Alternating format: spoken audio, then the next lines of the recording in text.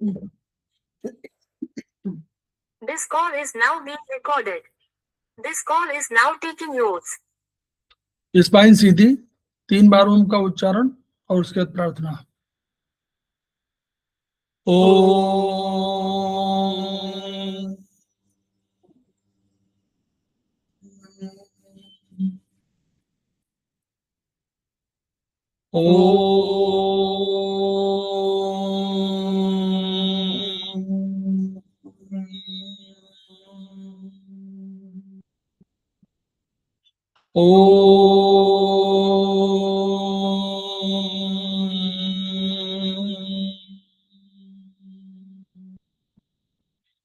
वह शक्ति हमें दो दयानिधे, कर्तव्य मार्ग पर डट जाएं, पर सेवा पर उपकार में हम निज जीवन सफल बना जाएं।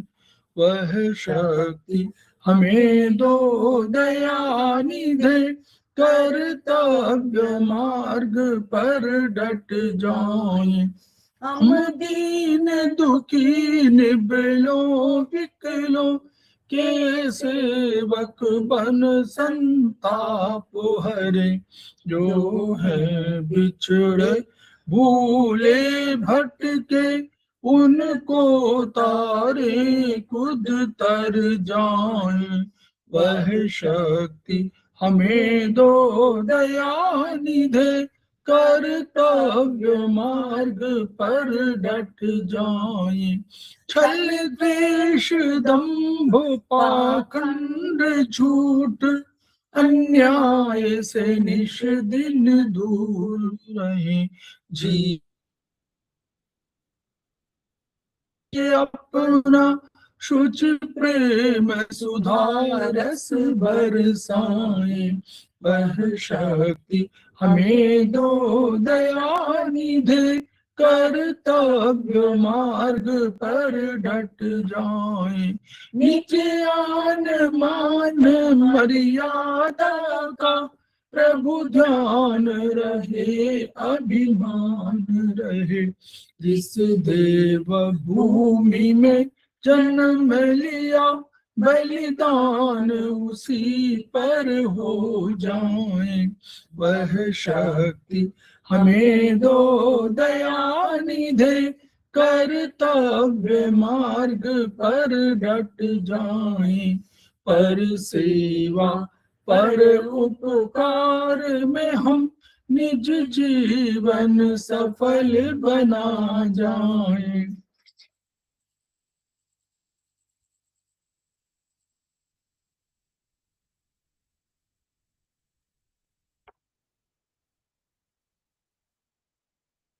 समवायी क्लासेस में आप सभी का स्वागत है। हमारे बीच में श्रीमती वर्षा श्रीवास्तव, उपाध्यक्ष समवायी फाउंडेशन उपस्थित है, उनका स्वागत है। हमारे बीच में बबली सिंह उपस्थित है, समवायी फाउंडेशन के एग्जीक्यूटिव मेंबर हैं, उनका स्वागत है।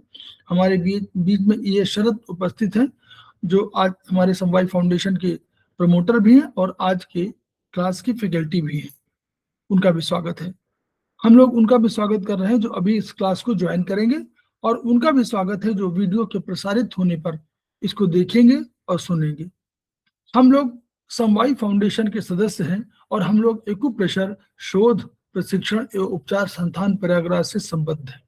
वहां की मनीषी ब्रह्मलीन MP खेमकर सर के हिमड़ी हैं, जिनकी वजह से संस्थान को यह शोहरत प्राप्त हुई है और हमारी इस एक्यूप्रेशर विधा को इतनी उन्नति और इतनी ख्याति मिली हुई है।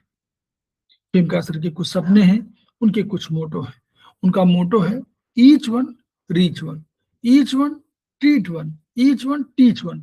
इसी को आपके माध्यम से जन जन जागरण अभियान के तहत सारे संसार में फैलाने का हमारा सपना है, और हमें विश्वास है कि ये विधा जो अपेक्षाकृत कम खर्चीली है, इसका लाभ केवल आपको ही नहीं मिलेगा, आपके घर परिवार, पास पड़ोस, इष्ट मित्र, बंधु बांधवों को नहीं मिलेगा, वरन समस्त पीड़ित मानवता को मिलेगा। इसी विचार के साथ हम लोग आज के क्लास की शुरुआत करने जा रहे हैं। हम लोगों ने अभी इस सत्र में, इसमें जो हम लोग क्लास शुरू कर रहे हैं 10 तारीख से, हम लोग 10 मार्च से हमने शुरू किया हुआ है सेमेस्टर 3।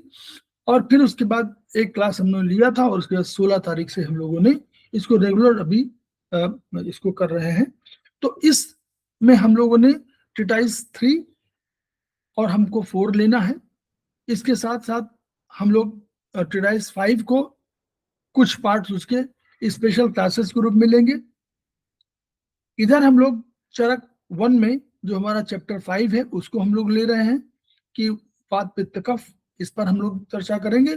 इसके बाद हम लोग जो आत्रेय है उस पर भी थोड़ा सा चर्चा करके और फिर हम लोग चरक 3 पर चर्चा करेंगे जो नर्वस सिस्टम से संबंधित है।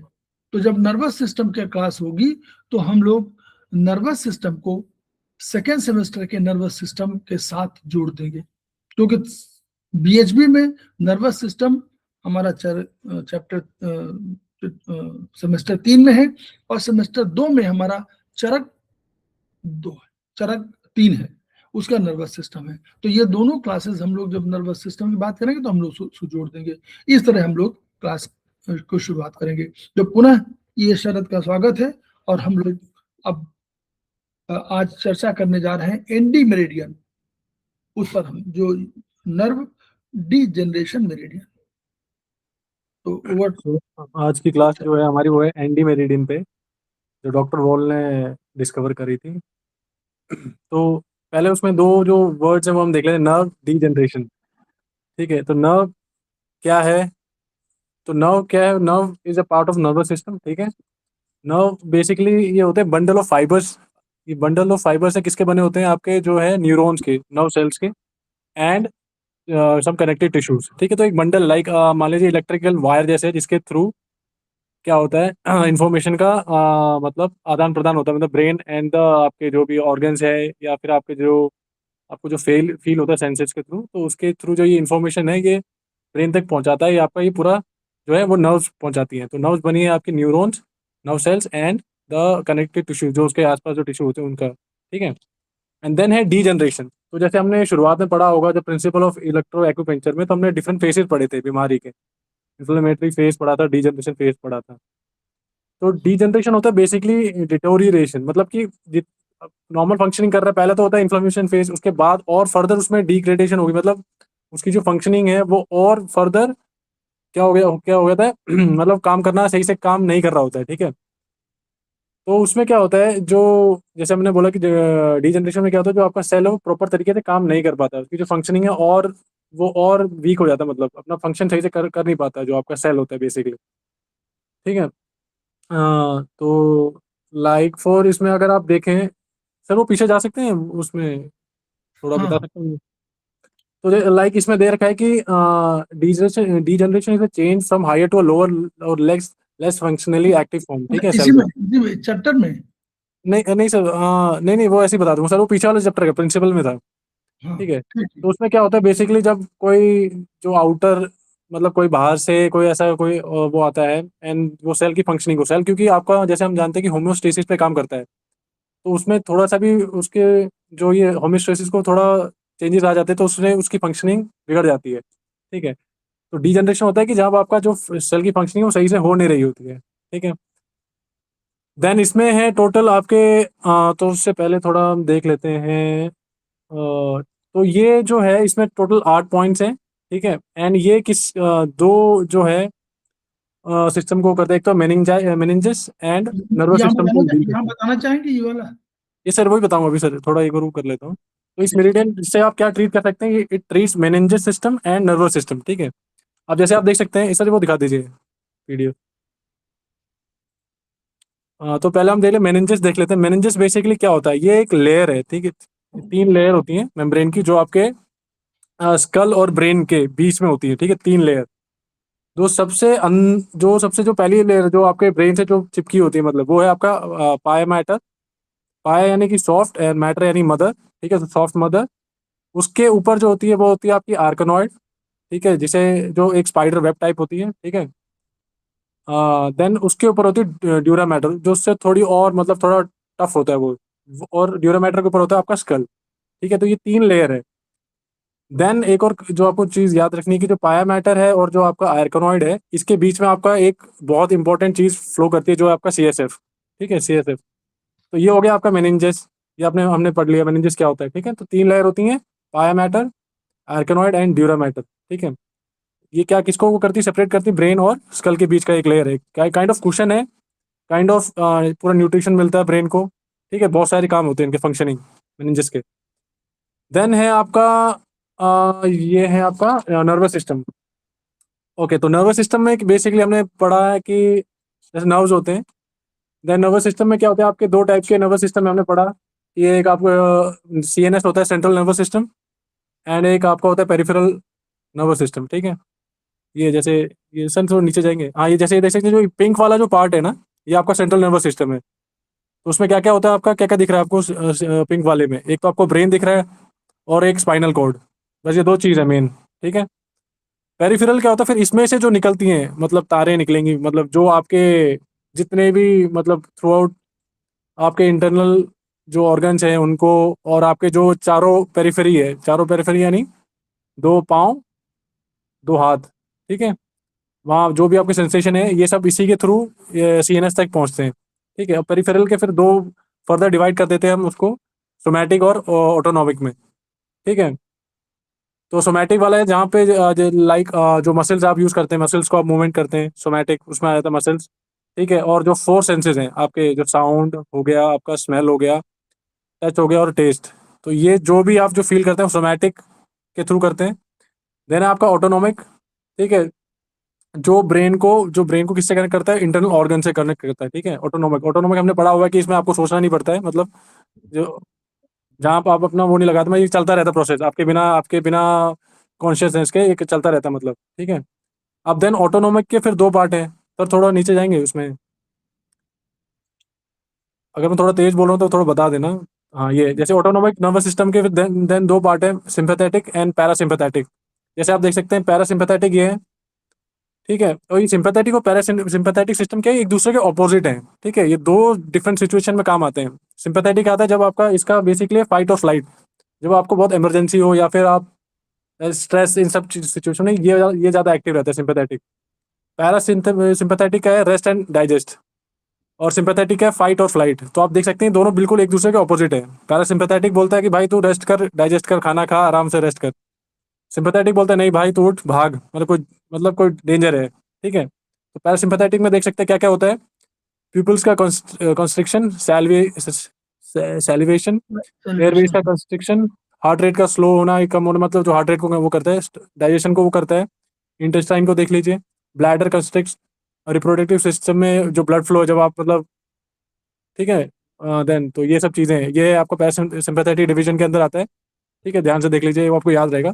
देन आता है आपका सिंपैथेटिक, इसमें क्या होता है, पीपल डायलेट हो जाती हैं, सलाइवा इनहिबिट हो जाता है, एयरवेज डायलेट हो जाती है, मतलब ये सब हार्ट रेट इंक्रीज होना, मतलब जब आप भाग रहे हो, मतलब स्ट्रेस होता है, इसे बोलते हैं स्ट्रेस में कम रहना चाहिए, क्योंकि ये वाला सिस्टम ज़्यादा काम करता है। देन आपका स्टोमक इनहिबिट्स डाइजेशन, ठीक है, डाइजेशन को रुक हो जाता है, मतलब कम हो जाता है, मतलब डाइजेशन प्रोसेस मतलब ज़्यादा उस टाइम में ना, जो आपको जरूरी चीज़ है ना वहाँ पे खून जाता है, बेसिकली सब पर्पज ये है, ठीक है। लिवर रिलीजेस ग्लूकोज, ठीक है, क्यों आपको ग्लूकोज चाहिए, मसल्स को काम करने के लिए वो चाहिए, एनर्जी के लिए, ठीक है। तो इसलिए लीवर क्या बनाना शुरू करता है, ग्लूकोज। आपका डाइजेशन रुक जाता है, मतलब कम हो जाता है। किडनी रिलीज एड्रेनलिन, हम जानते हैं क्यों होता है एड्रेनलिन का, ठीक है। ब्लैडर आपका रिलैक्स हो जाता है। तो वो चीज़ है कि जहाँ जहाँ मेन चीज़ चाहिए आपको, जो उस टाइम इमरजेंसी सिचुएशन में क्या यूज़ होगा, वहाँ पे सब कुछ होने लग जाता है। तो यह हो गया आपका सिंपैथेटिक डिवीजन, ठीक है।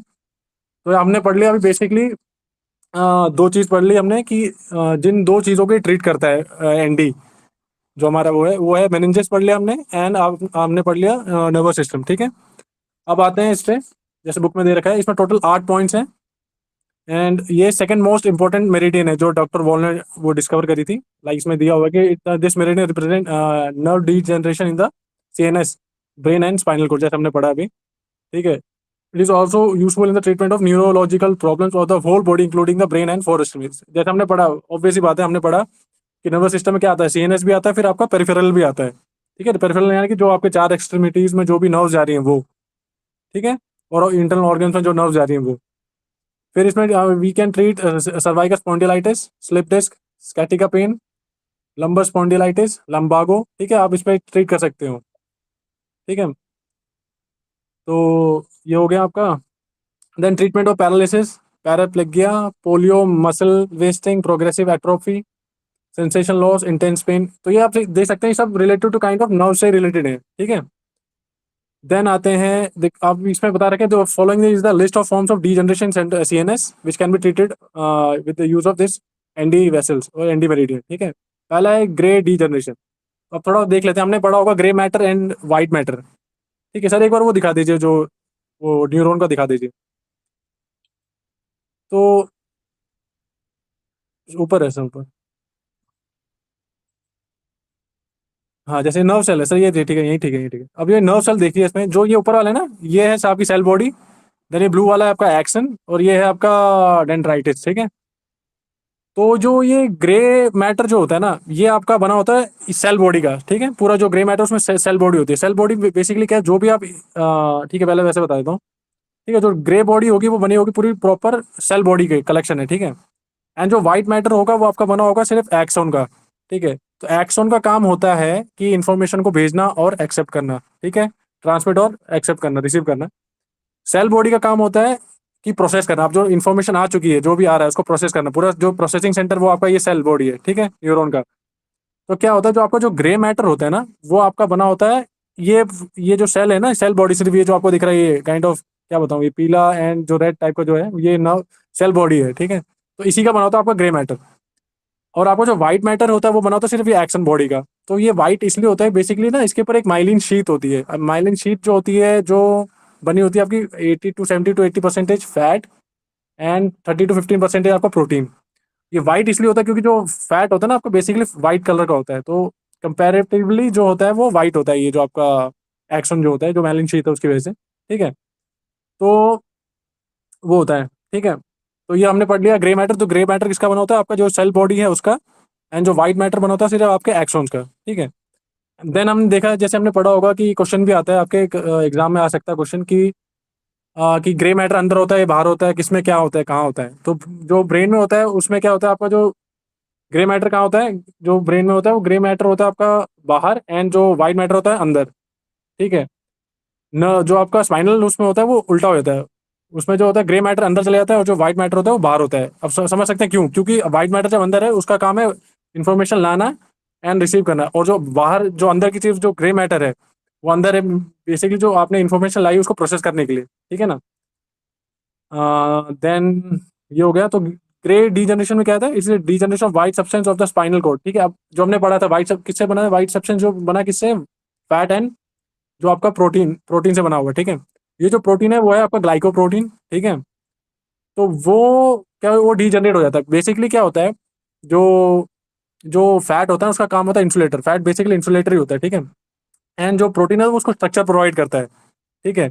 जब आपका वो स्ट्रक्चर ही नहीं रहेगा तो आपका पूरा जो है, मतलब जो माइलिन शीट है वही खत्म हो जाएगा, क्योंकि स्ट्रक्चर के ऊपर वो बेस में बना हुआ है ना, वो जो फैट, वो फैट उस स्ट्रक्चर के ऊपर है, प्रोटीन जो स्ट्रक्चर उसके ऊपर है। जब भी प्रोटीन वो डीजनरेट हो जाता है, तो मतलब तो फिर देन वो है, सो ग्रे डीजनरेशन वो हो गया। देन आपका टेबस डोर्सालिस है। टेबस डोर्सालिस है बेसिकली, ये एक लॉन्ग टर्म अनट्रीटेड वो है, जो एक बीमारी है, मतलब जो सेंट्रल नर्वस सिस्टम को होती है। अगर आप इसको जानेंगे कैसे होता है, ये बेसिकली एक सिफिलाइटिक इन्फेक्शन है जो बैक्टीरिया से होता है, और ये ट्रांसमिट होता है थ्रू सेक्सुअल ट्रांसमिशन होता है। सोच के देखिए, इनिशियली ये सेक्सुअल ट्रांसमिशन होता है, बॉडी के आसपास आपको दिखेगा। देन आप उसको ट्रीट नहीं करते हैं, तो सालों सालों ट्रीट नहीं करेंगे तो 10 15 20 साल में ये आपके सेंट्रल नर्वस सिस्टम को अफेक्ट कर देता है। ये है आपका टैबस डोर्सालिस, ठीक है। उसकी वजह से जब ये सेंट्रल नर्वस सिस्टम को अफेक्ट कर देता है, उसके बाद क्या होता है, कौन सा जब कौन ये सा आप, कौन सा कौन सा है? सर टेबस डोर्सालिस, नहीं, अभी कहाँ पर इसमें ये किताब सर में टेबस कहा? डोर्सालिस, सर इसमें second second point sir, tabes dorsalis, second point, अच्छा ट्यूबस ठीक है। टोर्सलिस, तो सोचिए ये मिस्ट्री ऑफ एक बॉडी। सेक्सुअली ट्रांसमिटेड डिजीज है बेसिकली, बट शुरुआत में बैक्टीरियल वो बैक्टीरिया होता है, ठीक है। देन ये क्या है, बॉडी में रहता है, हम उसको ध्यान नहीं देते हैं, थोड़े थोड़े इनिशियली तो दिखाता है स्किन में, पर देन 10 15 20 साल बाद क्या कहाँ पहुंच जाता है, ये आपके सेंट्रल नर्वस सिस्टम में। सोचिए कितना डेंजर है। देन है आपका फनिकुलर माइलोसिस, ठीक है। ये बेसिकली क्या होता है, आपका सब एक्यूट डीजनरेशन ऑफ द आपका स्पाइनल कॉर्ड, बेसिकली ये है, ठीक है। देन है आपका नर्वल स्क्लेरोसिस, ठीक है, जो मसल स्क्लेरोसिस है, ठीक है। देन आपका है ग्लाइकोसिस। ये थोड़ा आपको ना, जब ये आप पढ़ेंगे तो आप थोड़ा सर्च करके देखना, क्योंकि तभी आपको थोड़ा पढ़ने में और थोड़ा मजा आएगा। मतलब है क्या बीमारी, उसमें बहुत चीजें आपको अंदर जाकर सीखने को मिलेगी। देन आपका ग्लायोसिस, ठीक है। इससे और आपने आइटिस पढ़ा होगा, आइटिस यानी कि वहाँ पे एनर्जी ज्यादा होती है, सिस यानी कम होती है। राइट सर, मैं सही हूँ ना, मतलब गलत तो नहीं बोला? तो आर्टिस्ट में बढ़ा होता है और सिस में कम सिस में होता है। कम होता है, ठीक है। देखिए इसमें, Then- देखिए ये सब जो आपको जो टर्म दिए हुए हैं, ये स्पेशली आपको ब्रेन में दिखाई पड़ेंगे जब आप उसको पढ़ेंगे। वो सेमेस्टर 3 का टॉपिक है, लेकिन सेमेस्टर 2 में कुछ बताया गया था शुरू शुरू में, जो हम लोगों ने आयुर्वेदिक में पढ़ा था चरक 3 में। तो ये जैसे एस्ट्रोसाइट्स वगैरह इस बॉडी में, जो सीएनएस में, सेंट्रल नर्वस सिस्टम में, तमाम ऐसे सेल्स होते हैं जो आपको सुरक्षा भी प्रदान करते हैं, अच्छा, सुरक्षा ग्लाइल देते सेल, हैं, पोषण ग्लाइल देते सेल। हैं, ये सब। तो ग्लाइल सेल्स वगैरह का तमाम रोल है। तो एस्ट्रोसाइट्स वगैरह के 5-6 प्रकार के होते हैं, होते हैं, वो हाँ। हायर क्लासेस में पढ़ाया जाता है। तो ये आपको ग्लाइकोसिस, ये ग्लायोसिस, ये आपको कोई बीमारी बता देंगे, तो आप ग्लायोसिस भी का बीमार भी इसमें हम लोग कर सकते हैं। और हमेशा ध्यान रखिए कि ब्रेन में, जो ब्रेन के जो सिस्टम है, उसके सेल्स जो है ब्रेन में, जितना एक बार सेल हुए वही तो विकसित होंगे, मतलब वो अपने मैच्योर होंगे, लेकिन वो बनेंगे नहीं अलग से। ये इसीलिए अगर वेस्टिंग ऑफ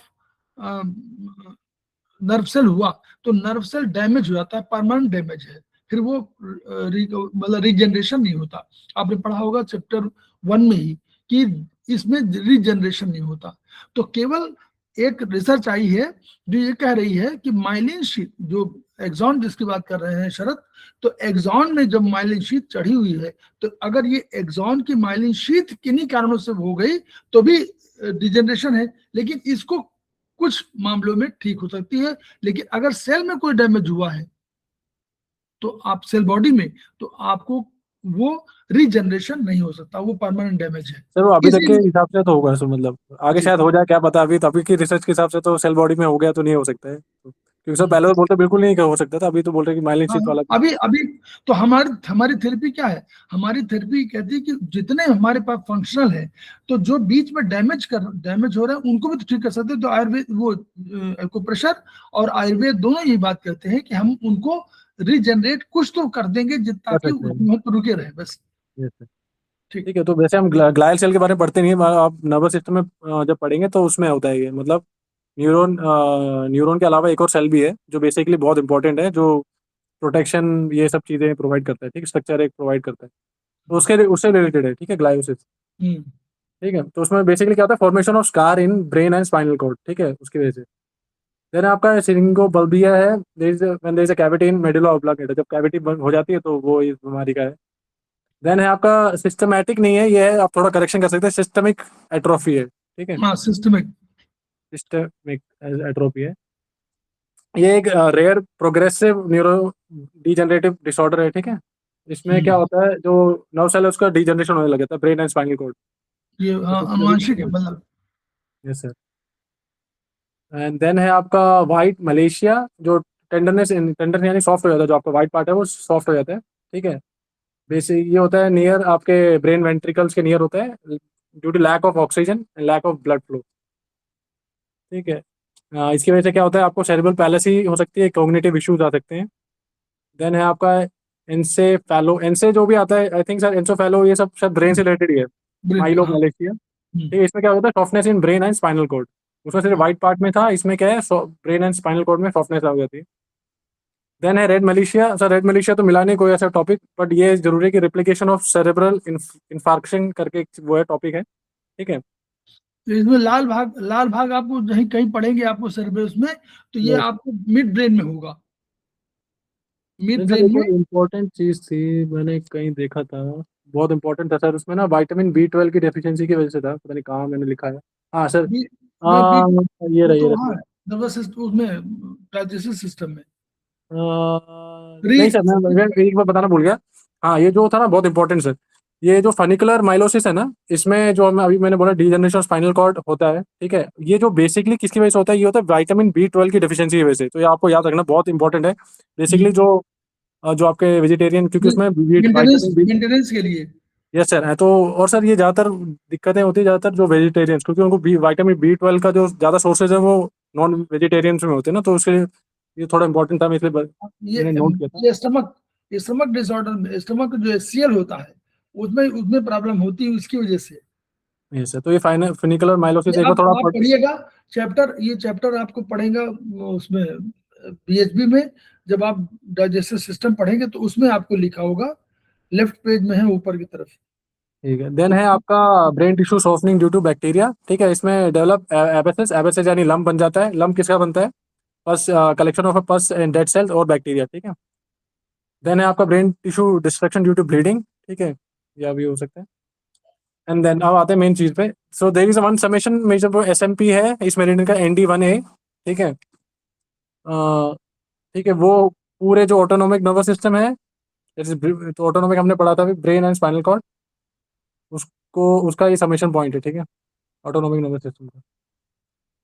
देन इसमें ऑटोनोमिक देखिए, ऑटोनोमिक नर्वस सिस्टम का है ये एसएमपी पॉइंट ND1A। तो यानी ऑटोनोमिक नर्वस सिस्टम जिसको कि हम लोग कह रहे हैं कि वो अपने आप होता है, वो उसकी बात कर रहे हैं ये ऑटोनोमिक नर्वस सिस्टम। ये वाला सेंट्रल नर्वस सिस्टम की बात नहीं कर रहे हैं। तो ND1A भी आपको ब्रेन स्पाइन का जहाँ पेरिफेरी में जा रही है वो उसमें जो प्रभावित करने वाली, तो ND1A। पेरिफेरल नर्वस सिस्टम का है मैं बेसिकली यस ये बोल सकते हैं। यस। ठीक है, तो ये आपका उसका समेशन मेजरमेंट पॉइंट है। ठीक है, तो इसमें समेशन मेजरमेंट पॉइंट आप जानते हैं क्या होता है, जिसमें आप जो फंक्शनल डिस्टर्बेंस है या टिश्यू सिस्टम है उसको आप डायग्नोज कर सकते हैं, ट्रीट कर सकते हैं। ठीक है, तो एसएमपी उसका ये। देन इसमें 3 कंट्रोल मेजरमेंट पॉइंट है। ND1B वो है peripheral and nervous system, central nervous system का CMP है। CMP है, ठीक है, कंट्रोल मेजरमेंट पॉइंट है। ये दूसरा है जो सबसे पहले आप पढ़ते हैं सब शुरुआत में, जो मेजरमेंट पॉइंट है कंट्रोल मेजरमेंट पॉइंट। ठीक है, जिसमें आप इसके क्या आप जैसे हम CMP, कोई बता सकता है CMP क्या है? कोई बता सकता है?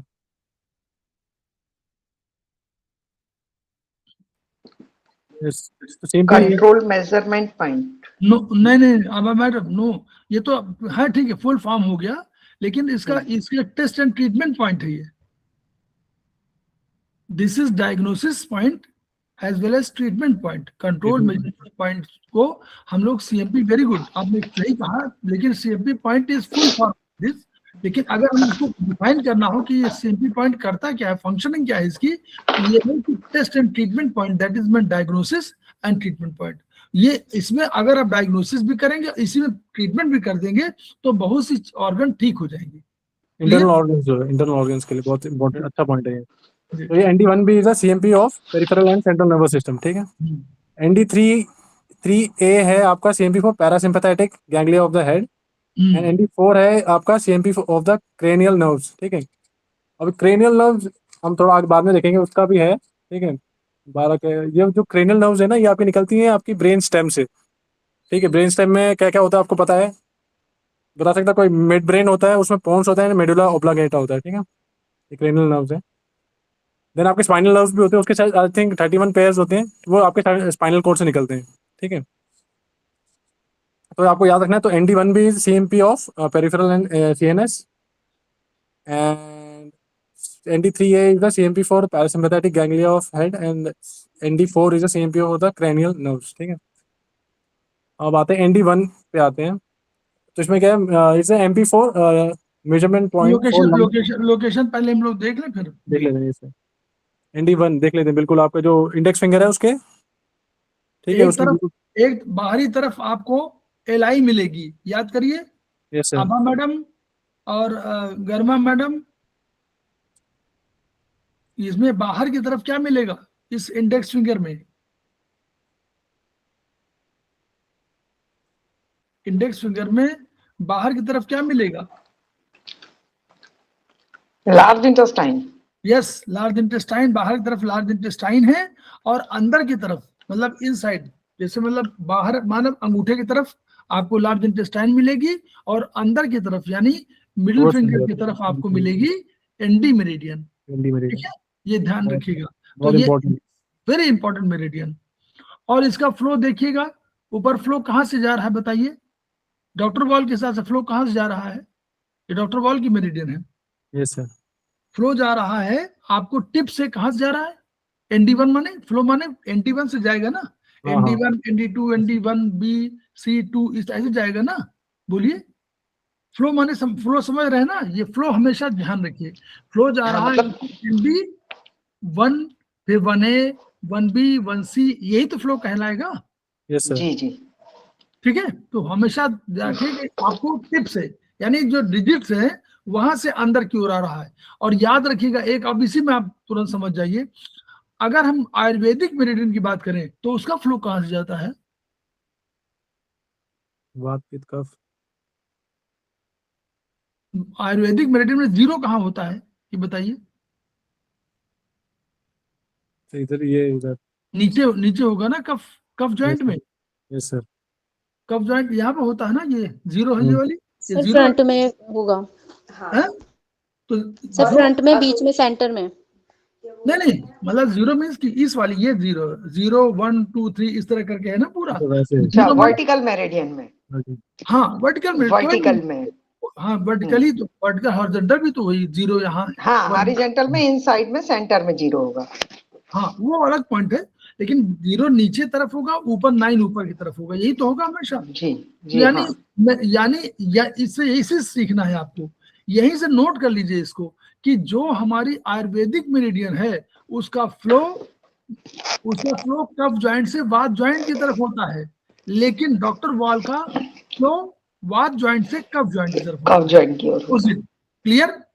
इससे जी। आपको इससे आपको सुविधा मिलेगी आपको, जब हम लोग डिसाइड करेंगे कोई प्रोटोकॉल आयुर्वेदिक मेडिसिन का और उसमें अपोजिट फ्लो लिख देंगे। और शरद 2 मिनट की ओर, ओके शरद सर। 2 मिनट हम यही बता दें थोड़ा, क्योंकि बहुत से लोगों को आगे चल के जब पढ़ाएंगे जो ये देखिएगा, अगर आप आयुर्वेदिक में है तो ये बताइएगा, ये उंगली ये जीरो यहाँ आ रहा है, आप बिल्कुल सही कह रहे थे, ये जीरो यहाँ आएगा बीच में, जी, 1 किधर आएगा अंगूठे की तरफ, वन थंब की साइड, और 2 3 किधर जाएगा? ये मतलब अल्नर साइड। हाँ ठीक है, तो अगर ये मेरिडियन की बात करें हम जो इन यांग बॉर्डर पे है, तो हम इसको 6 कह सकते हैं कि नहीं? 6 वर्टिकल मेरिडियन। 2 3 6, हाँ सर। गर्मा मैडम, इसको हम 6 कह सकते हैं कि नहीं? ये हमारा नहीं है? नहीं, क्योंकि सर उसमें यिन यांग बॉर्डर पर कोई पॉइंट नहीं होता है, उसके दाएं बाएं होता है। नहीं, गलत, आप गलत कर रही हैं, बिल्कुल होता है, हाँ, यही तो हमको ध्यान देना है।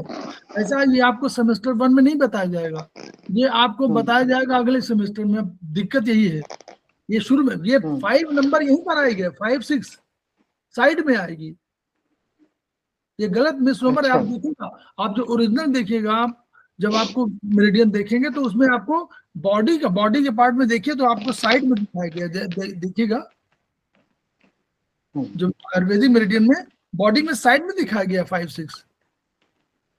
ठीक है, तो उसी तरह ये साइड ही तो है, ये बॉडी का साइड है। यहाँ तो कोई मेरिडियन, इसीलिए मेरिडियन की बात कर रहे हैं, दोनों मेरिडियन में सामने आगे किया, आगे बहुत से प्रोटोकॉल इसलिए बेस्ड है, इसलिए बोल रहा हूँ आप। सर मेगा मेरिडियन में भी साइड में लगाते हैं ना 5।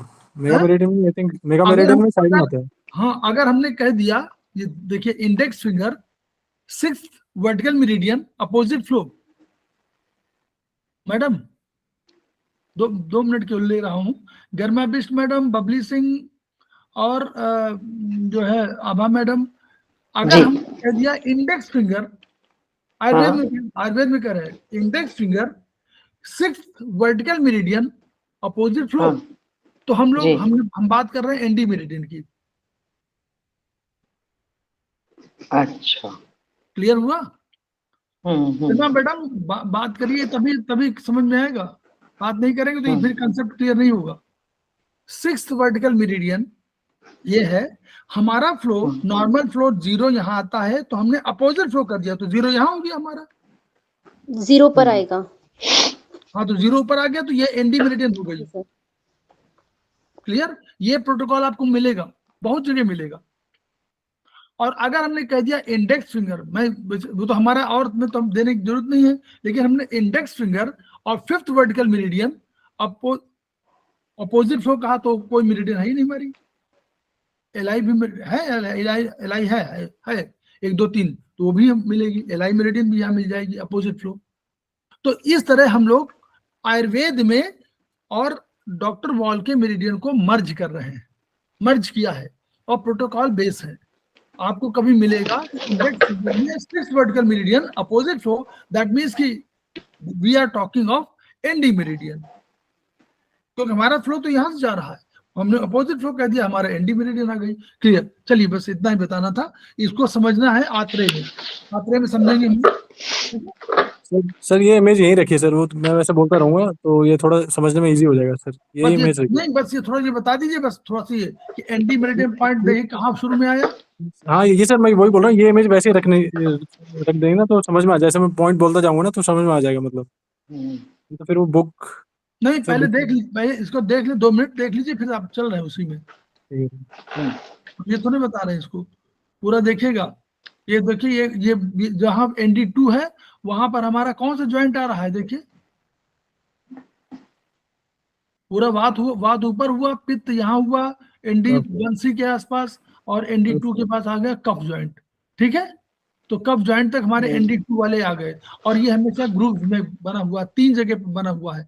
एक पहला ग्रुप बीच में बिल्कुल वो जहां पर उठान हुआ है, जहां ग्रुप ऐसे हड्डी का जो ढांचा होता है वैसे, और दूसरा ND1 है आपका दूसरे ग्रुप में, ND1 भी जो है आपका जैसे उतरता है उसमें, ND1C फिर आपके कफ ज्वाइंट के वो पित्त ज्वाइंट के नीचे आपका आ गया है, और पित्त ज्वाइंट के और कफ ज्वाइंट के आसपास आपका ND2 आ गया है। ND2 आ गया है। ठीक है, तो अब आप देखिए पित्त ज्वाइंट क्यों इंपॉर्टेंट है, यही सर बैलेंस करता है। देखिए पित्त ज्वाइंट के आसपास आ रहा है ND1, इसलिए बहुत इंपॉर्टेंट पित्त ज्वाइंट। आप देखिएगा पूरे मेरिडियन में तो आपको पित्त ज्वाइंट के आसपास सारे इंपॉर्टेंट पॉइंट मिल जाएंगे। इसीलिए प्रोफेसर पार्क जी वो समझ लीजिए, वो भी पित्त की बात कर रहे थे, न्यूट्रो मेरिडियन वो भी कह रहे हैं सब। ठीक है, चलिए हाँ हाँ, अब हम लोग बात कर रहे हैं। तो ND1 में तो बेसिकली क्या है, is measurement point for lumbar and sacral marrow nerves के लिए। ठीक है, तो बेसिकली ये लोअर एक्सट्रीमिटीज का है। ठीक है, तो आप इसमें देन इसमें क्या है, जो भी लो लंबर एंड सैक्रल जो स्पाइनल डीजनरेशन है उसके लिए ये पॉइंट बहुत इंपॉर्टेंट है ND1। ठीक है, और इसमें आपको एक और चीज याद रखनी है, जब आप इसको यूज कर रहे हैं तो इसके साथ आपको UB61 को भी लेना है मतलब। ठीक है, तो इसमें आप क्या कर सकते हैं, तो ND1 and UB61 in case of degeneration lumbar 1 to 5 and sacral 1 to 5। ठीक है, तो लोअर एक्सट्रीमिटीज की जो भी डीजनरेशन है उसके लिए जो इंपॉर्टेंट पॉइंट है वो आपका है ND1। ठीक है, तो ND1 है फॉर द लोअर एक्सट्रीमिटीज के लिए। ठीक है, नर्व डीजनरेशन के लिए। अब इसमें फिर सेपरेट दे रखा है, like UB61 is for the treat nerves of the legs. ठीक है, जो लेग्स में जो हमने देखा पेरिफेरल नर्वस सिस्टम पूरा जाता है ना, तो उसमें जो लेग्स की नर्व्स है उसके लिए UB61 है। और हमने देख लिया measurement point for lumbar and sacrum spine and nerves के लिए। देन ST32 है for MP for arteries of legs. ठीक है, एंड देन है आपका LY लिम्फ का 1-2 है I think, so it's SMP lymph vessel of spine and lumbar 1, 4 and 5। Then spleen का 10 एंड पेरिकार्डियम, मतलब स्प्लीन तो आपको वही सेम ही होता है, एक जो लेफ्ट में राइट में। LY 12 है, LY 12 है, कल बात हुई थी LY 12। ठीक है, स्प्लीन का 10 या पेरिकार्डियम 10 उसका it is MP for veins of pelvis. ठीक है, ST33 is MP veins of abdomen. UB27 is the MP for iliosacral joint. UB60 is the MP for the nerves of lower extremities. ठीक है, UB60। SP8 है आपका MP for muscles of lower extremities के लिए। ठीक है, GB34 है SMP for muscles of lower extremities. ये SMP पॉइंट है तो ये ज़्यादा इंपॉर्टेंट है GB34। वैसे GB34 वैसे भी आप जो ओरिजिनल चाइनीज है उसमें भी टिश्यूज और उसके लिए बहुत इंपॉर्टेंट मसल्स के लिए। लिवर 7 हो गया आपका MP for veins of lower extremities.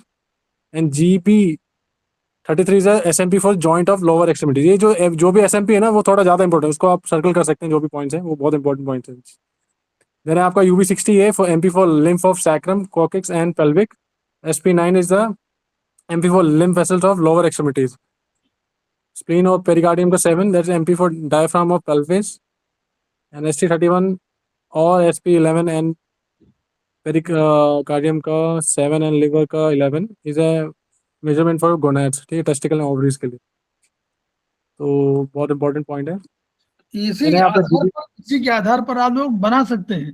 अपना ट्रीटमेंट। जब भी आपको कहीं मालूम हुआ कि आपको किस एरिया में करना, मान लीजिए गोनाडल एरिया में करना, तो ST31 ले लीजिए, SP11 ले लीजिए, PN7 ले लीजिए, LI11 ले लीजिए, तो या लीवर 11। तो इसमें क्या करेंगे, इतने पॉइंट को आप मेथी भी लगा देंगे तो चल जाएगा। और जो आपका पॉइंट इसके हो एंटी मेडिटेट के, आपको समझ में आ रहा है कि एनर्जी वहां घटी है कि बढ़ी है, अगर डिजनरेशन है तो आपको टोन करना पड़ेगा। तो टोन मान लीजिए नहीं, आपको नहीं भी समझ में आ रहा है तो आप मेथी लगाएंगे तो भी पॉइंट चलेगा। बेसिकली बैलेंस हो जाता है ना, हमें बैलेंस करना है। ठीक है, तो ये इससे आपको प्रोटोकॉल पूरा तय हो जाएगा। GB39A है आपका SMP for the lateral section of ankle joint, ठीक है, जो एंकल है उसका लैटरल सेक्शन के लिए। GB29 है आपका third MP for hip joint, क्योंकि एक MP जो हमने पढ़ा था मेजरमेंट पॉइंट बहुत सारा हो सकता है, मतलब फॉर पर्टिकुलर डिजीज, ठीक है ना, वो आपको याद रखनी है। देन आपका आता है ND1A, सर वो दिखा दीजिए ND1A, सर जो इमेज है हाथ वाली ऊपर की तरफ, सर ऊपर ऊपर ऊपर ऊपर नीचे है, ऊपर है, ऊपर ऊपर से जो ठीक। इमेज, हाँ, चलिए ज्यादा, वात जॉइंट के थोड़ा सा नीचे आएगा ये। यस सर, थोड़ा ऊपर थोड़ा, ठीक है। ND1 ND1A है, ठीक है, ये SMP है किसका, एंटायर ऑटोनॉमिक नर्वस सिस्टम, ठीक है, एंटायर ऑटोनॉमिक नर्वस सिस्टम का मतलब जो आपके इंटरनल ऑर्गन्स को कनेक्ट करता है, ब्रेन, स्पाइनल कॉर्ड और इंटरनल ऑर्गन्स को, ठीक है, एंटायर ऑटोनॉमिक नर्वस सिस्टम का ये SMP है। तो इसमें आप क्या कर सकते हैं, treat this point for the disease of brain and spinal cord, ठीक है। It is very useful and important point, जैसे हम जानते हैं, क्योंकि ये ऑटोनॉमिक नर्वस सिस्टम का SMP है, ठीक है। ब्रेन और रीढ़ की हड्डी के रोगों में इस बिंदु पर उपचार दीजिए। यानी हम लोग इस पर अभी अभी देखिए, इस पर बहुत कम ध्यान लोगों को जाता है। हम लोग सारे ट्रेडिशनल पॉइंट्स आयुर्वेद दे देंगे, चाइनीज दे देंगे, हम लोग डॉक्टर वॉल को भूले रहते हैं। याद है कि नहीं, सब लोग बोलिए बिल्कुल स्पष्ट रूप से। सबको भूला रहता है। ND1A मान लीजिए कोई हड्डी के रोग में होता तो दुनिया भर के लगा देते हैं, लेकिन ND1 को नहीं लगाएंगे, 1A। Yes, sir. Then like for SMP for parasympathetic nerve and vagus, जो वेगस नर्व है उसके लिए उसका जो SMP है वो है आपका ST10A। आप जानते हैं वेगस नर्व बहुत इंपॉर्टेंट है, उसके बारे में बहुत सारी वीडियोस आप देख सकते हैं यूट्यूब पे, तो आपको उसका पता चल जाएगा उसका इंपॉर्टेंस कितनी है। देन है आपका, देन क्या करते हैं, and treat GB20 which is SMP for sympathetic nerve, ठीक है, वो भी है, उसको भी आप ट्रीट कर सकते हैं इसके साथ, ND1A के साथ आपको करना है, यूज कर सकते हैं। Also treat UB11B for which is SMP for spine, spine का वो है। एंड जो लिम्फ का जो 12 है SMP lymph vessel point for the spine, कल हमने पढ़ा था लिम्फेटिक सिस्टम, तो आप समझ सकते हैं कितना इंपॉर्टेंट पॉइंट होगा ये। लिम्फ 12 जो SMP है lymph vessel point for the spine, entire spine का जो है लिम्फ वेसल पॉइंट है ये, ठीक है। ये हो गया आपका। देन अभी हमने पढ़ा था, वही पढ़ा था जो पैरासिम्पैथेटिक और सिम्पैथेटिक पढ़ लिया था हमने शायद, सर दोबारा बताना नहीं ना, लास्ट में नहीं रिवाइज करें, है, दिखाएं। मुझे को दिखा दीजिए, तो जो लेट आए थे शायद, तो आप हाँ, दिखा दीजिए सर। तो ये जैसे ऑटोनॉमिक नर्वस सिस्टम का दो पार्ट होते हैं मैम, उसमें होता है आपका पैरासिम्पैथेटिक एंड सिम्पैथेटिक, ठीक है। जो पैरासिम्पैथेटिक होता है वो होता है आपका रेस्ट एंड डाइजेस्ट, उसका बिल्कुल ऑपोजिट होता है आपका सिम्पैथेटिक, जिसमें होता है फाइट एंड फ्लाइट, ठीक है। जैसे इमरजेंसी हो गया सिचुएशन या फिर लाइक स्ट्रेसफुल सिचुएशन, तो आजकल ज़्यादातर हम इसी मोड में रहते हैं सिम्पैथेटिक वाले में, तो हमें आना है पैरासिम्पैथेटिक वाले में, जो बिल्कुल उल्टा है सिम्पैथेटिक का, which is rest and digest, ठीक है। तो इसमें जैसे दे रखा है पैरासिम्पैथेटिक जो डिवीजन है वो क्या करता है, जब आप रेस्ट कर रहे हैं, डाइजेस्ट कर रहे हैं, तो ये सब होता है, like heart rate slow down होती है आपकी, मतलब ये सब जो भी आप देख सकते हैं। एंड देन ये आपका सिंपैथेटिक, ये आपका फ्लाइट एंड फाइट वाला है, ठीक है। तो उसमें देख लीजिए क्या क्या होता है, बिल्कुल अपोजिट ये दोनों एक दूसरे के। तो ये पेरिफेरल नर्वस सिस्टम का है, तो वो सर एक वो दिखा दीजिए ऊपर वाला, CNS एंड पेरिफेरल, थोड़ा वो हो जाएगा। दो सिस्टम होते हैं बेसिकली, ये देख लीजिए, जो ये पिंक वाला है ना, ये है आपका CNS, जी, एंड जो मैम जो ये येलो वाला है, जो सर ये थोड़ा नीचे वाला कर दीजिए, उसमें थोड़ा ज़्यादा दिखा रहा है, इसमें थोड़ा कम दिख रहा है, नीचे वाली स्लाइड, इससे ऊपर वाली, ये सर ये देखिए सर, ठीक है सर, ये ठीक है। एंड तो जो येलो वाला है ना, जो वहाँ से निकल जी, रहा है, वो है आपका पेरिफेरल नर्वस सिस्टम, ठीक है मैम, ये जी, जी। दो है। और पेरिफेरल नर्वस सिस्टम का पार्ट है आपके जो ऑटोनॉमिक नर्वस सिस्टम। देन है आपका ND1B which is CMP for nerve degeneration of peripheral and central nervous system, अभी हमने पढ़ा, ठीक है।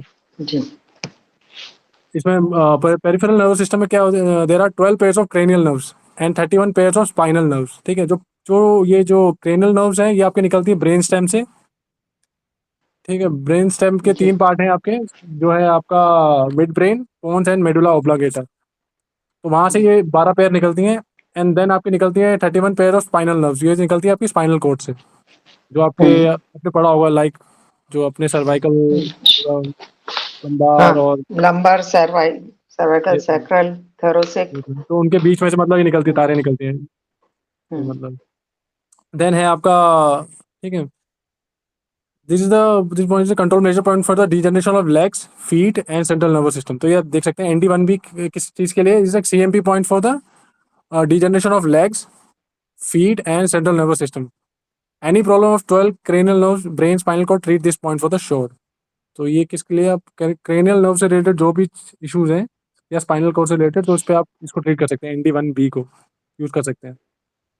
देन है आपका ND1C, is a measurement for meninges, जो हमने पहले पढ़ा था। मेनिंजेस जो आप सर एक दिखा दीजिए, मेनिंजेस जो है वो 3 लेयर है, जो ब्रेन और आपके जो है आपका जो स्कल है उसके बीच में 3 लेयर होती हैं, ये रही, ठीक है। जो सबसे अंदर वाला होता है वो पाया मैटर होता है, जो सबसे सॉफ्ट होता है। देन आपका होता है आर्केनॉइड, आर्केनॉइड और पाया के बीच में होता है आपका जो CSF है, सेरेब्रो स्पाइनल फ्लूइड फ्लो करता है। एंड सबसे ऊपर वाली लेयर वो है आपका ड्यूरा मैटर, जो स्कल के जस्ट नीचे होते हैं। ड्यूरा मैटर सबसे बाहर वाली लेयर है, ठीक है। तो it is MP for a meninges, ठीक है, surrounding the brain spinal cord. Is a peritoneum nerve degeneration point है, ठीक है। तो आपको ये, आप जैसे अभी आपने देखा होगा न्यूज़ में कि UK में मेनिंजाइटिस का बहुत इशू हो चुका है, बहुत वहाँ पे वो बहुत फैल गया है। सो लाइक यहाँ दे रखा जाए, treat this point two treat meningitis and also treat a side effect caused by the meningitis, ठीक है। मेनिंजाइटिस में होता है कि आपका जो इट्स इन्फ्लेमेशन जो होता है ब्रेन एंड स्पाइनल कॉर्ड में, किसकी वजह से होता है, बैक्टीरिया या वायरल इन्फेक्शन की वजह से, जो अभी UK में सर बहुत फैल रहा है, अभी न्यूज़ में है, ठीक है। तो ND1C तो आप यूज़ कर सकते हैं। Also we have to use TW1 TW19, जो मेजरमेंट पॉइंट है मेनिंजेस ऑफ ब्रेन का। तो ये दोनों पॉइंट आपको यूज करने हैं, ND1C प्लस TW19। वो थोड़ा वो सर दिखा तो सकते नहीं क्योंकि उसमें बहुत सारे पॉइंट्स हैं, जो आपको ट्रिपल वार्मर है, ठीक है। तो TW19 ही हो गया। देन है अगला है ND2, ये आपका सर्वाइकल एंड थोरासिक स्पाइन का है, विद पेरिफेरल नर्व का है। So for thoracic spine degeneration we have to treat ND2 plus UB29। इन 2 पॉइंट्स को यूज करना पड़ेगा फॉर जो स्पाइन डीजनरेशन कहाँ हुई है, थोरासिक वाली। For cervical spine degeneration we have to use ND2 plus SI6। And SI6 is the, क्यों SI6 यूज कर रहे हैं, it is a measurement point for nerves of upper extremities and cervical degeneration के लिए। तो इसलिए we are using this SI6, ठीक है। तो ND2 के साथ अगर SI6 यूज करना है for cervical spine degeneration, and ND2 के साथ प्लस हमें UB29 को यूज करना है for thoracic spine degeneration, and to treat upper extremities. शुरू में जब भी अटैक कभी होगा, सर्वाइकल डिजनरेशन या उसमें जब भी कभी होगा अटैक, तो वो हमेशा एनर्जी बढ़ी होगी। तो शुरू के उसमें आप सेडेट कर सकते हैं, ध्यान रखिएगा शुरुआत में। हाँ, तो डिजनरेशन जब भी शुरू होगा तो वर्चुअली उस समय एनर्जी बढ़ी होगी शुरुआत में। अटैक तो हुआ है ना, जब तक अटैक नहीं होगा तब तक डिजनरेशन संभव नहीं होगा।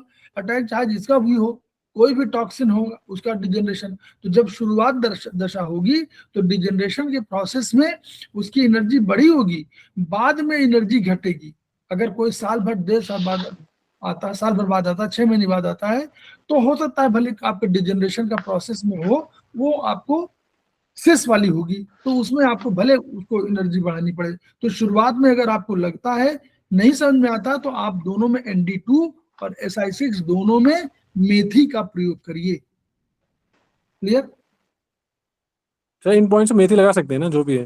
हाँ, मेथी तो हमेशा के लिए है। हमने टोन सेडेट की बात कही कि मतलब शुरुआत में कभी कि डिजनरेशन तो है, डिजनरेशन हमेशा माना जाता है कि प्रोसेस वैसा है, लेकिन अभी डिजनरेशन शुरू हुआ, तो आप इसको ट्रेटाइज 3 में ही आपका चैप्टर 2 पढ़िएगा, चैप्टर 2 पढ़िएगा तो उसमें मालूम होगा। सर वो पॉइंट दिखा दीजिए एक बार, वो ना इसका।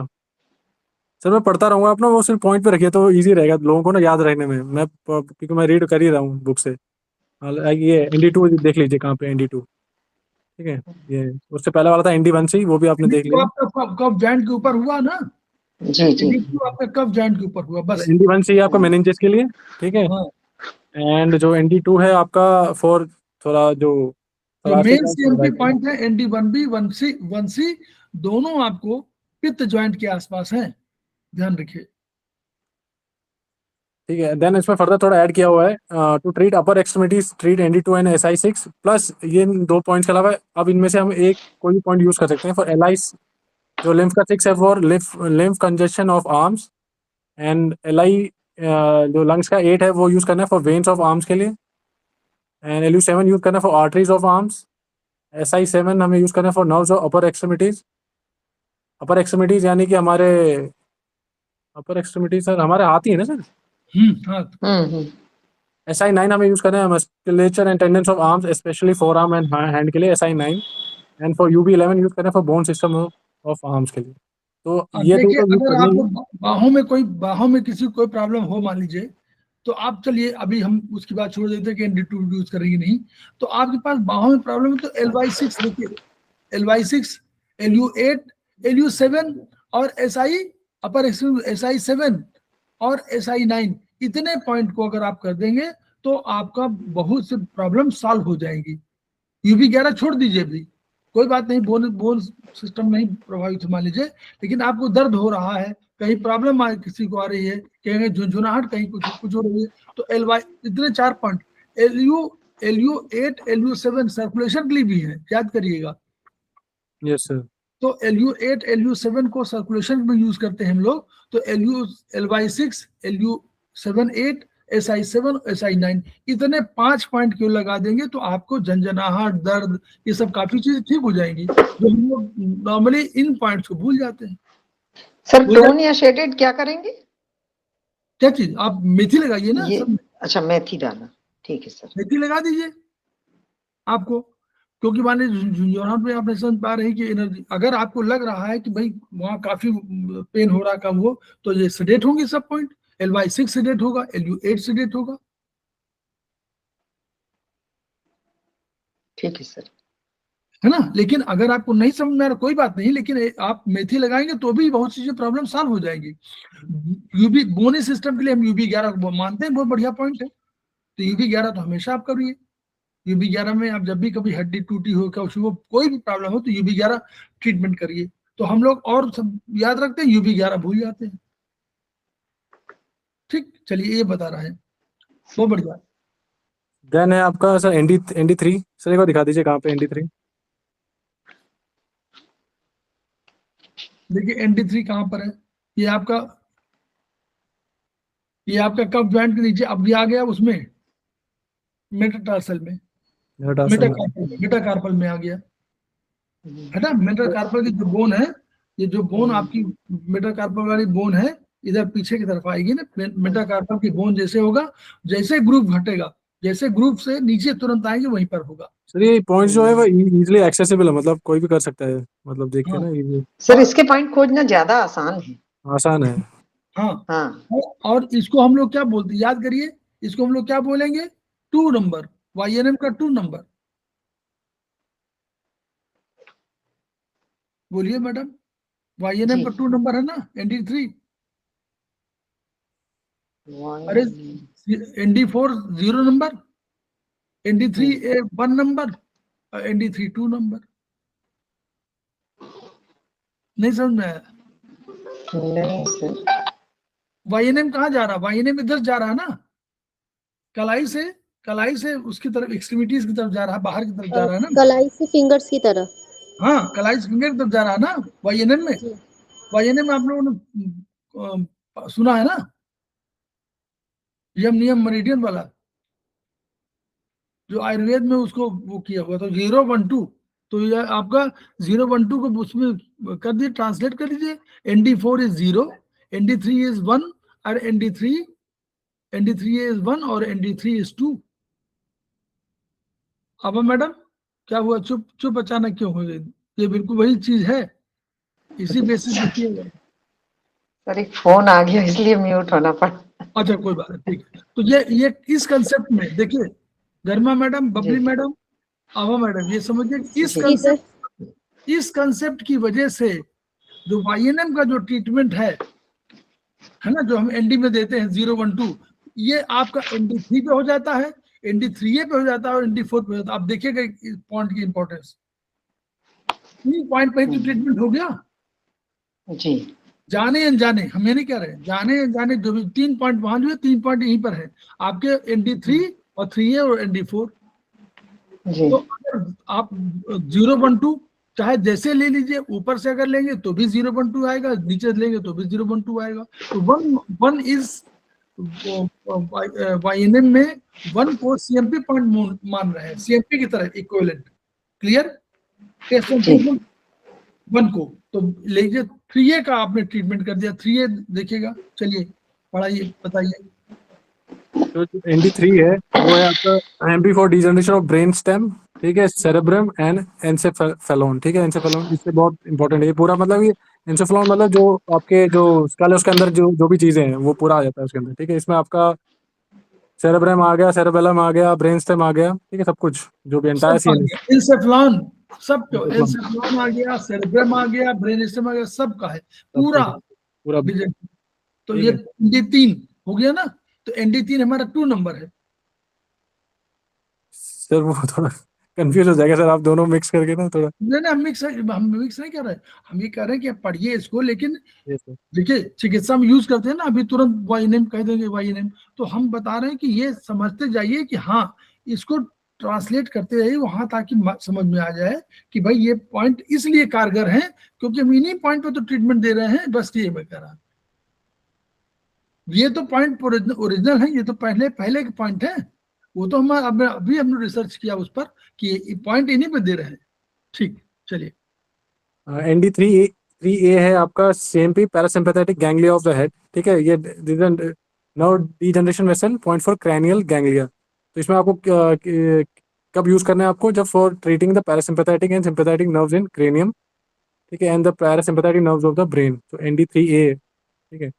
देन आता है आपके क्रैनियल नर्व्स में, ठीक है, ND4। सर एक बार वो इमेज दिखा दीजिए, क्रेनियल नर्व क्यों इंपॉर्टेंट है। अब तो टोटल 12 क्रेनियल नर्व्स हैं हमारी जो निकलती है ब्रेन स्टेम से। तो किसके किसके दिखा दें? सर वो इमेज एक में उसमें है सर, जो मैंने आपको भेजा था अच्छा, PDF, इमेज है उसमें? उसमें है। तो सबसे नीचे है सर, नीचे ही होगा मेरे सबसे नीचे।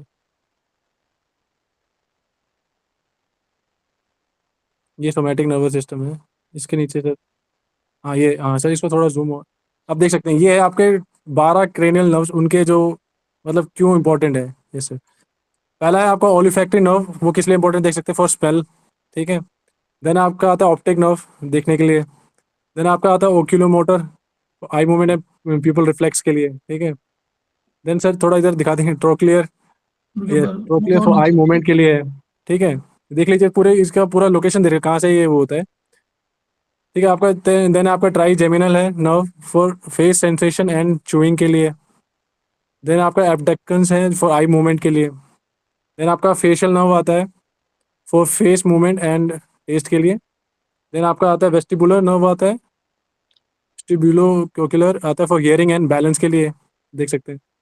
देन आपका आता है ग्लोसो फेरेंजियल नर्व आता है, इसका for throat sensation, test and swallowing के लिए, आपको निकलने खाने निकलने के लिए। देन आपका आता है वेगस नर्व, जो बहुत इंपॉर्टेंट है for movement sensation and abdominal organs के लिए। देन आपका आता है एसेसरी नर्व, इसका है फॉर नेक मूवमेंट के लिए। एंड फॉर हाइपोग्लोसल है for movement sensation and abdominal organ, ये भी। तो ये 12 क्रेनियल नर्व्स हैं, तो उनका ये क्या है, CMP पॉइंट है। तो आप समझ सकते हैं कितने फंक्शंस को आप मतलब इसके जो भी इन जो भी चीज़ें लाइक फॉर आई मूवमेंट से हो गया, आपका फेस सेंसेशन हो गया, आपका चूइंग हो गया, आपका स्वालोइंग हो गया, इवन आपके एब्डोमिनल ऑर्गन्स का जो है सेंसेशन या जो मूवमेंट है, ये सब चीज़ें ये 12 क्रेनियल नर्व से होती हैं। तो ये उसका CMP पॉइंट है ND4। तो दैट्स वाई ND4 बहुत इंपॉर्टेंट पॉइंट है। सर वो दिखा देंगे कहाँ पे ND4, तो कितने चीज़ें 12 क्रेनियल नर्व से वो होती हैं, मतलब कंट्रोल होती हैं। बिल्कुल ज्वाइंट में, जो बिल्कुल जॉइंट अंदर पे की ही, ज्वाइंट, बिल्कुल ज्वाइंट में, बिल्कुल। ज्वाइंट पे जो भी दोनों जहाँ बोन मिलती है उसी पर पॉइंट है, इनसाइड है। ठीक है, ये हो गया आपका। देन है आपका कुछ स्पेशल नोट है, आप इसमें नोट एक बार आप सर उसमें दे बुक में आ जाइए, तो उसमें कुछ दे रखा है लाइक वो लोकेशन ये होगी, ठीक है। तो उसमें note treatment point UB 2 and 1, GB 11 आई का 3 ओक्यूलोमोटर नर्व के लिए, एंड GB10A प्रोक्लियर नर्व के लिए आई का 1। आई का आप जानते हैं ना, आई सॉकेट के ऊपर पूरा, मतलब इसके GB10A और ट्रोक्लियर नर्व, ये 2 पॉइंट, मतलब आप ये 2 पॉइंट ले सकते हैं। प्लस आपको क्या लेना है, ND4 लेना है। ट्राइजेमिनल नर्व के लिए आपको GB3 प्लस ND4 लेना है, ठीक है। अब्डक्टस नर्व के लिए आपको ND4 and plus I2 use करना है पॉइंट। फेशियल नर्व के लिए आपको ट्रिपल का 16A1 plus ND4। Vestibular nerve के लिए आपको ND4 प्लस SI18। ग्लासोफेरेंजियल नर्व के लिए आपको W22 प्लस आपको ND4 लेना है। तो सबको ये सब पॉइंट्स है, ठीक है। अब कुछ स्पेशल नोट है, इसमें दे रखा है कि at the time of treatment of paralysis, polio, epilepsy and disorders of brain, give treatment of ND3, ND3A and ND4, ठीक है। तो ये आपको याद रखना है, at the treatment for paralysis, polio, epilepsy and any disorders of the brain, we have to give treatment on ND3, ND3A and ND4, जो अभी सर ने बता दिया सर, अभी बहुत important. And treat the same side of meridian as side of clot in the brain. Clotting के case में जिस साइड में है उस साइड के आपको यूज करना है, मतलब वो साइड आपको, ठीक है। And treat affected side for the cranial nerve. Cranial nerve के केस में क्या हो जाएगा, जो साइड अफेक्टेड है वहां पे आपको ये यूज करने पॉइंट्स। देन है by syndrome, comes in upper motor neuron disease में आती है बाई सिंड्रोम्स, ठीक है। बाई सिंड्रोम बेसिकली है, इट्स थोड़ा देखा उसके बारे में, थोड़ा पढ़ा था सर, तो लाइक वो ट्रिटाइज उसमें है, ट्रिटाइज 8 या 9 में है। हाँ, तो सर उसमें ये था कि it is basically obstruction of की एंड ब्लड इन मेरिडियन, वैसे अगर वैसे देखा जाए तो, ठीक है ना। तो बाई सिंड्रोम उसकी वजह से होता है, which is typically initiated by the external pathogens like wind, cold and dampness, ठीक है। तो that's by syndromes. Flaccid syndrome है जो आप जा सकते हैं, जो लाइक फॉर पेनिस। अब भी हम लोग बाई सिंड्रोम पढ़ाएंगे किसी उसमें स्पेशल क्लासेस में। ठीक है, बाई सिंड्रोम है, ठीक है। तो बेसिकली वो ऑब्स्ट्रक्शन है की एंड ब्लड का मेरिडियन में। तो बाई सिंड्रोम के लिए आपको क्या यूज करना है, treatment for the brain give on ND3, ND3A and 4, same वही, and the related part of the brain, तो आपको देखना पड़ेगा वो। In the paralysis of limbs of one side, the opposite side of brain gets affected, ये बहुत important point है। Hence for the treatment of paralysis तो treat the opposite side of the brain, ठीक है। पैरालिसिस के case में क्या होता है, जो जिस साइड का लिम्ब पैरालिसिस है उसके अपोजिट साइड में का जो ब्रेन है वो अफेक्ट होता है। तो पैरालिसिस केस में आपको opposite side of the brain treat करना है बेसिकली। ये जो ब्रेन में क्लॉट बना है तो जिधर साइड क्लॉट है उधर साइड ट्रीट करेंगे, हाँ उसी में कह रहा है। और पैरालाइज में उसका अपोजिट करेंगे। उसमें अपोजिट करेंगे। पैरालिसिस में अपोजिट टाइप में, लेकिन लकवे में इसमें तो कह रहे हैं लकवे जिधर क्लॉट बना, क्लॉट में अगर कोई बात है, और ये लकवे में जिस तरह लकवा हुआ है उसके अपोजिट साइड वाले में करेंगे। ठीक है सर। सर वैसे भी देखा जाए ना, तो लकवे में अगर जो आपका ये साइड काम ही नहीं कर रहा है, यहाँ की नर्व्स काम ही नहीं कर रही, तो ऑब्वियस बात है कि आप दूसरी साइड में लगाओगे ना, क्योंकि ये सब का तो पूरा खत्म हो चुका है, मतलब नर्व्स में कुछ आ ही नहीं रही सेंसेशन।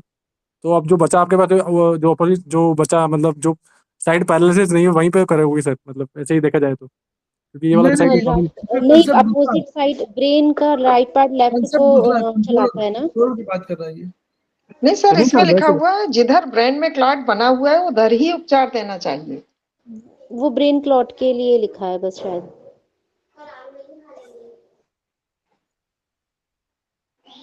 नहीं, अगर ये तो लिखा हुआ है लकवे, जिधर अगर कोई क्लॉटिंग वाला है, लकवे में पैरालिसिस में क्लॉटिंग है कि नहीं है ये नहीं कह सकते। जिधर नहीं सर, अगर वैसे भी अगर सोचा जाए तो, अगर ये नॉर्मली तो हम लोग अपोजिट में देते हैं। यस सर, वैसे देना ही पड़ेगा ना वैसे भी अगर। तो इन फेशियल पैरालिसिस के केस में आपको same side of brain treat करनी है, फेशियल पैरालिसिस के केस फेशियल में नहीं, फेशियल में इसलिए कह रहे हैं ना, क्योंकि वो तो फिर फेशियल में दोनों में अंतर है ना। यस सर, अंतर है। देखिए जो इतने पर है, देखिए अंतर समझिए, जो इतने पर बेस है, जैसे मान लीजिए इस इतने पर, तो जो हमारी 11 मिनट वो है क्रेनियल नर्व है, वो यहीं पर ऑपरेट कर रही है। तो यानी ब्रेन का अभी यहाँ पर मेडुला ऑब्लांगेटा से क्रॉसिंग जो होती है यहाँ पर नहीं हो पाती, इसलिए इसका उसी तरह उपचार देना है। लेकिन जैसे मेडुला ऑब्लांगेटा से क्रॉस कर जाती हैं, वैसे ही हम लोग मानते हैं कि अपोजिट साइड का ब्रेन अधिक प्रभावित होता है। हालांकि जब आप पढ़ेंगे तो ऐसा नहीं है कि उस साइड के कुछ नहीं जाते हैं, कुछ नर्व्स जाते हैं, कुछ मैसेज जाता है। तो लेकिन नॉर्मली हाथ पैर के लकवे में, हाथ पैर का लकवा है तो यानी यहाँ पर क्रॉस हो चुका है, तो ये ब्रेन, ये वाला हाथ जो है प्रभावित होगा इस वाले ब्रेन से, और ये वाला होगा इस वाले ब्रेन से, इसलिए कह रहे हैं। हाँ सर, ऐसा भी कहीं पढ़ा है कि मतलब बॉडी का लेफ्ट साइड ब्रेन का राइट साइड कंट्रोल करता है। हाँ, राइट अपोजिट साइड कंट्रोल करता है। Yes, yes. हाँ, उसी ऐसा basis पढ़ा है पे- कहीं? हाँ, यही है कि वर्चुअली मेडुला ऑब्लांगेटा पे ऐसे क्रॉस करती, जो यहाँ से मैसेज जाता है वो इधर की राइट में जाता है, लेफ्ट वाला राइट में जाता है, राइट वाला लेफ्ट में जाता है, मतलब लेफ्ट में जाता है। हाँ, अपोजिट साइड कंट्रोल करता है मतलब ब्रेन। तो इसलिए कंट्रोलिंग के लिए होता है। उसी तरह आईज में भी है। अब आप आज देखिए, जो लेफ्ट आई है उसमें दिखाई नहीं पड़ा, लेफ्ट आई जो आपकी ये वाली लेफ्ट आई है, तो ये यहाँ पर आकर के यूं क्रॉस करती है तो इधर चली जाती है, तो ये उसका सेंटर होता है राइट में होता है, और राइट वाले का सेंटर लेफ्ट में होता है। इसीलिए हम लोग दोनों में कर देते हैं, तो ताकि जो है, क्योंकि मान लीजिए ये आई प्रभावित है, तो ये जो यहाँ पर अंदर जाकर के यूं डिकसेशन बोलते हैं उसको, डिकसेशन माने यूं क्रॉस हो जाता है, एनर्जी, हाँ क्रॉस हो जाती है, तो क्रॉस हो जाता चौड़ा बना के चली जाती है, तो वो यानी लेफ्ट ये वाले जो ब्रेन होगा तो ये प्रभावित होगा, तो ये आई में देखना कम हो जाएगा, इसी तरह ये होगा तो राइट में देखना कम होगा, इसलिए वहां भी ये प्रॉब्लम है। देन फ्लैसिड सिंड्रोम के केस में जिधर हुआ उधर ही करना चाहिए, क्योंकि फेस है यहाँ पर, अभी क्रिनियल नर्व यहीं पे क्रॉस नहीं हुई है, लेकिन और सब में नीचे चली गई, तो इसलिए हाथ पैर के लकवे में अपोजिट साइड में देना पड़ता है। इन फ्लैसिड सिंड्रोम के केस में main treatment should be given on the spinal cord. पहले में है, उसमें प्रमुख उपचार स्पाइनल, क्यों फ्लैसिड सिंड्रोम ऊपर देखिएगा, lower motor neuron disease, flaccid syndrome, तो लोअर मोटर न्यूरॉन आगे जब हम लोग पढ़ेंगे सेमेस्टर 3 में ही, जब हम लोग पढ़ेंगे स्पाइनल कॉर्ड को, तब ये लोअर मोटर न्यूरॉन डिजीज और अपर मोटर न्यूरॉन डिजीज आएगा। ये और ये स्पेशली ये मैं कह चुका हूं कि ये वाली क्लासेस जो होंगी वो सेमेस्टर 2 की चरक 3 और ये दोनों को मर्ज कर देंगे और उस समय होंगी ये क्लासेस। तो उसमें क्या होगा, सेमेस्टर 2 और 3 का बीएचबी दोनों एक साथ, क्योंकि वहां भी है इस पर प्रभावित है और यहाँ भी है, तो इसकी क्लासेस कम से कम 6 क्लासेस होनी है, क्योंकि ब्रेन और ये बहुत बड़ा चैप्टर है, इसको समझ सबसे कठिन जो है ब्रेन है। सर इसमें एक और चीज ऐड करनी थी, जो बाई सिंड्रोम है, ठीक है, बाई सिंड्रोम में क्या होता है, आपको जो आपके मसल और जॉइंट्स में पेन होता है, या सोरनेस या नमनेस आती है, या हैवीनेस या स्वेलिंग होती है, ठीक है, तो उसका वो है जी, बहुत बढ़िया। सर इतना ही था सर। कैसा लगा आप लोग बताइए? बहुत अच्छा था सर, कैसे पढ़ाया सर, बहुत बढ़िया।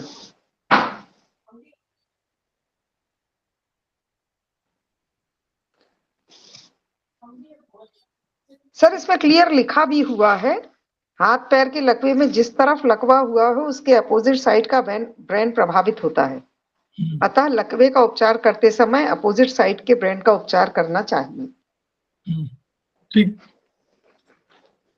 वैसे ये लिखा हुआ हुआ उसमें, इस वाले में प्रभावित हुआ तो राइट में करना चाहिए, ये देते हैं, ऐसे ट्रीटमेंट देते हैं नॉर्मली। तो हम लोग बहुत बढ़िया, ये क्लास हमारा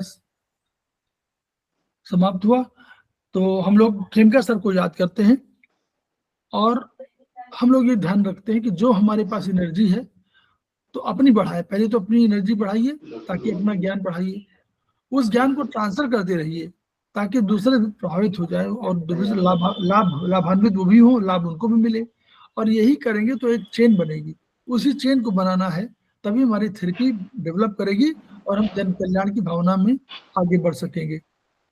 खेमका सर का भी यही सपना था, ईच वन रीच वन, अपने आप में कंप्लीट है, ईच वन रीच वन, जैसे ईच वन रीच वन करेंगे तो ईच वन ट्रीट वन भी करना पड़ेगा, और ईच वन ट्रीटमेंट करें तो उसको each one reach one, each one treat one, each one teach one, ये तीनों एक ही में समाहित है, ईच वन रीच वन में। यही हम लोग करना है, हमको सबके पास जाना है और सबका ट्रीटमेंट करना है, सबको पढ़ाना है।